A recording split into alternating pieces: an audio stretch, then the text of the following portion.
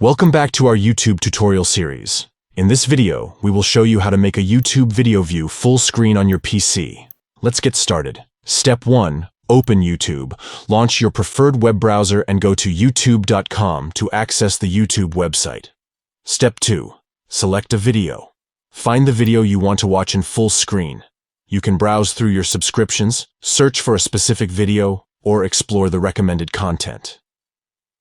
Step 3. In the bottom, click on Full Screen.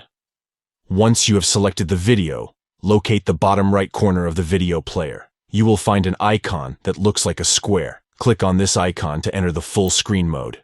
That's it. You have successfully made a YouTube video view full screen on your PC. Now you can enjoy a more immersive viewing experience.